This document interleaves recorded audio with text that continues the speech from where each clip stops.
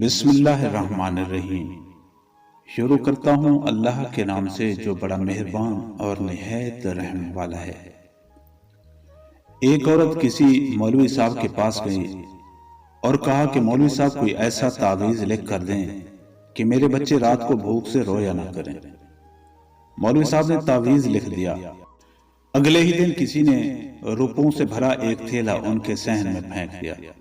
خاتون کے شوہر نے ایک دکان کرائے پر لے لی۔ کاروبار میں برکت ہوئی، دکانیں بڑھتی گئیں اور پیسے کی ریل پیل ہو گئی۔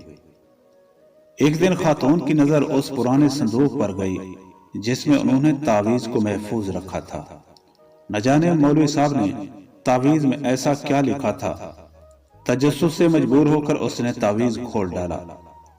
لکھا تھا جب پیسے کی ریل پیل ہو جائے تو سارا پیسہ تجوری میں چھپانے کے بجائے کچھ ایسے گھروں میں بھی ڈال دینا جہاں رات کو بچوں کے رونے کی آواز آتی ہو۔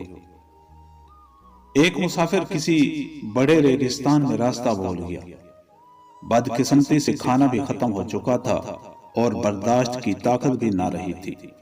ہاں، اس کی کمر سے کچھ پیسے بندھے تھے۔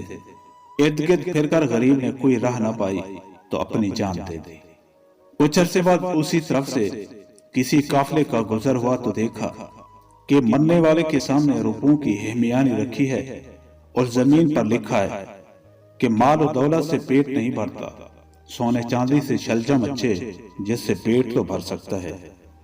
وہ عورت کبھی بھی مرد سے وفادار نہیں ہو سکتی اور کبھی بھی دھوکہ دے سکتی ہے جو ہر وقت پیسے کی بات کرتی ہو۔